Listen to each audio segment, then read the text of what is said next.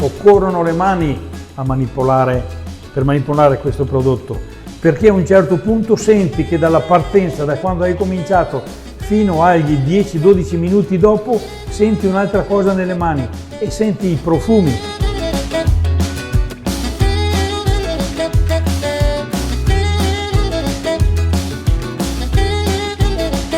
Come dice sempre mio papà, che bisogna guardare al passato per essere nel presente e andare nel futuro.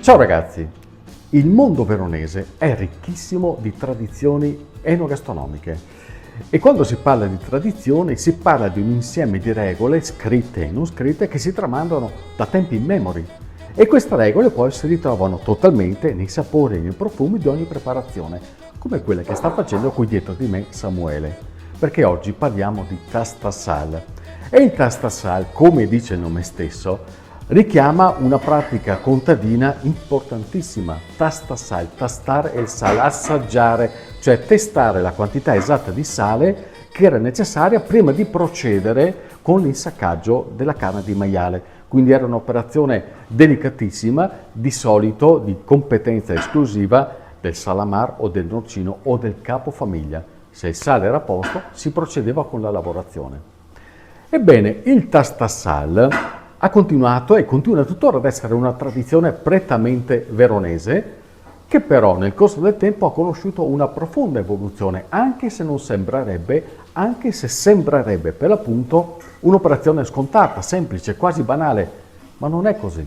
E adesso infatti andiamo a scoprire perché, nell'attesa che il buon Samuele ne prepara il risotto. Facciamo in tempo, Samuele, ad ascoltare il papà? 5 minuti. 5 minuti. Vai Stefano. Negli anni '80, quando ho cominciato a proporlo, io avevo imparato a farlo in questa maniera. Era un po' più grassetto, macinato più grosso e se vi ricordate lo incartavamo nella carta paglia. Piano piano nel tempo ho visto che si poteva un po' più far meglio e l'ho rivisitato. In che modo? Arriviamo agli anni 90, l'ho macinato un po' più sottile e l'ho tenuto un po' più magro e mi sono accorto che non occorrono tutte le parti del maiale per fare un buon tastasal, perché se io abbino la lonza insieme alla pancetta non si amalgama, quindi ne va solo una parte della lonza, una parte della spalla, una parte della coscia. Però il sapore non ne risente. È lì, anche il sapore ne trae vantaggio, perché abbiamo tolto tutte le parti magrissime del maiale, teniamo quelle un po' più miste e più gelatinose. Ecco che siamo arrivati agli anni 2000. Oggi questo tastasal possiamo dire che è il massimo, perché è più magro, quindi lo possiamo mangiare tutti. Macinato un po' più sottile e quindi anche i bambini, i ragazzi lo mangiano più volentieri. E poi si raccolgono di più tutti i sapori. Mi parli dei gesti che sono necessari per farlo il tastasal? Anche questi gesti non sono banali. Perché? Perché quando si fa quella palla lì di tastasal, che dobbiamo girarla anche velocemente, ha un significato. Quel grassetto che abbiamo si scioglie insieme alla parte magra e si attacca, si mette unito. Anche perché questo prodotto non ha conservanti, cioè il nostro conservante è il sale, poi abbiamo il pepe e poi abbiamo l'aglio rosso di Sulmona, importantissimo. Questi sono i 3 ingredienti.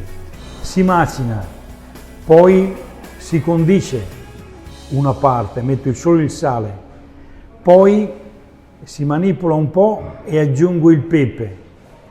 L'aglio va verso la fine. Non sono cose scontate, sono cose che nel tempo sono riuscito a capire. Quando Stefano cominciò nel lontano 1983 possiamo dire che era un enfant prodige, perché aveva soltanto 18 anni e decise così giovane di avventurarsi in questa sfida estremamente coraggiosa. La portò avanti con tenacia, con determinazione, sempre mettendo al centro il tastasal, che poi è diventata la sua vera e propria anima produttiva e che continua tuttora portata avanti adesso dal soggetto che vedete alle mie spalle. Perché vi dico questo? Perché il tastasal, ripeto, sembra un prodotto semplice e banale, ma in realtà non è così, perché anche lui è stato messo duramente alla prova dai cambiamenti che lo stesso tastasal richiedeva. Quindi c'è stato uno studio e un'evoluzione basata anche sull'evoluzione dei gusti e delle esigenze alimentari delle persone. Beh certo, negli anni '80 avevamo tanta fame, poi piano piano siamo arrivati che vogliamo mangiare bene, vogliamo gustarci quel boccone che mangiamo. Perché hai scelto proprio il tastasal come il tuo cavallo di battaglia? Perché mi sono accorto intanto che ero capace di farlo e poi vedevo tante persone del limitrofo, anche nelle città, da Modena, da Trento, da Mantova, che venivano a prendere il tastasal. E quindi lì ho capito che era il mio prodotto base. E comunque è il prodotto anche di casa tua questo e delle nostre campagne. Sì, ecco, si faceva già nelle nostre campagne, era già molto conosciuto, ma possiamo dire che in questi 40 anni di attività l'ho fatto molto conoscere e lo mandiamo in tanti punti. Quando tu guardi il tuo tastasal, cosa provi? A volte mi metto lì, anch'io insieme a tutta la mia squadra, a manipolarlo, a farlo. Mi vengono un po' gli occhi rossi perché penso a tutta l'evoluzione, a tutta la passione, a tutto l'impegno che ho messo per riuscire a fare questo prodotto. Non questo, neanche questo, ma questo prodotto. Oggi posso dire che è uno dei migliori tastasai che io conosco. Oggi Stefano si è creato un team di professionisti, tra cui anche Samuele, professionisti che continuano a sperimentare interpretando le evoluzioni nei gusti dei consumatori, perché questi cambiamenti sono inevitabili. E per chi quindi fa il mestiere di Stefano è necessario rimanere al passo con i tempi e di conseguenza far rimanere al passo con i tempi anche i prodotti a cui loro danno vita.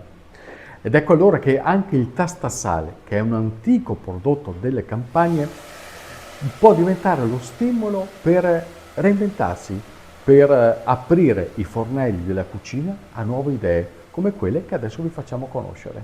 Il tastasal come piatto tradizionale viene sempre abbinato con il riso, ma non deve morire solo con il riso.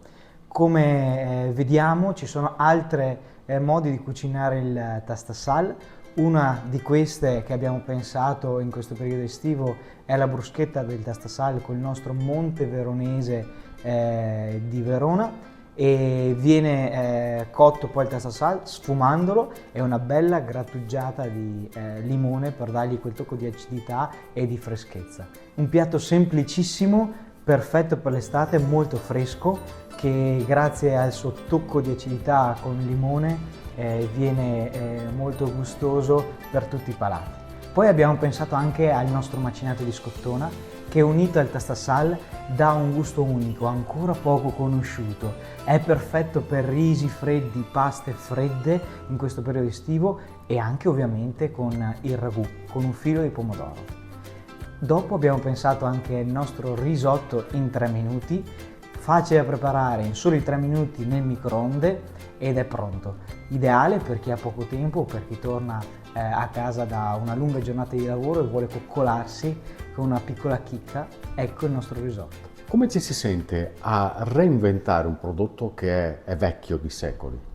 Beh Stefano, devi sapere che io rispetto moltissimo la tradizione, devo tutto quello che so alla nostra tradizione, alla storia di famiglia e come dice sempre mio papà che bisogna guardare al passato per esserne presente e andare nel futuro. Quindi grazie a quello che ho imparato ho provato a reinventare il tastasal in gusti ancora più sfiziosi, più adatti alle esigenze di oggi. E da qui che nascono ricettini nuovi, gusti nuovi, sempre più alla moda e freschi, ideali per quest'estate. Eccola qua, l'ultima spolveratina di grana in mantecatura, 1, 2, 3 e 4 noci di burro e via, è su fuoco spento e si manteca. Che spettacolo, guarda. Samuele, è proprio bello guardare quel che lavora. È facile Stefano a dirsi, Sì, non si fa nessuna fatica se c'ha i stessi skate. è più difficile a farsi. Guarda che roba. Risotto col tastasal, la tradizione che continua a casa Franchini, grazie a Samuele, però guarda che manca te che c'ho. Eh sì, deve essere all'onda Stefano e noi facciamo l'onda. La socca è buona, vero? Esatto. Avete capito? Adesso però segue il momento della degustazione, quindi tra poco ci appartiamo e siccome siamo ospiti in una famiglia mangiamo insieme a loro. Grazie per averci seguito, andiamo. Via, andiamo. E risotto.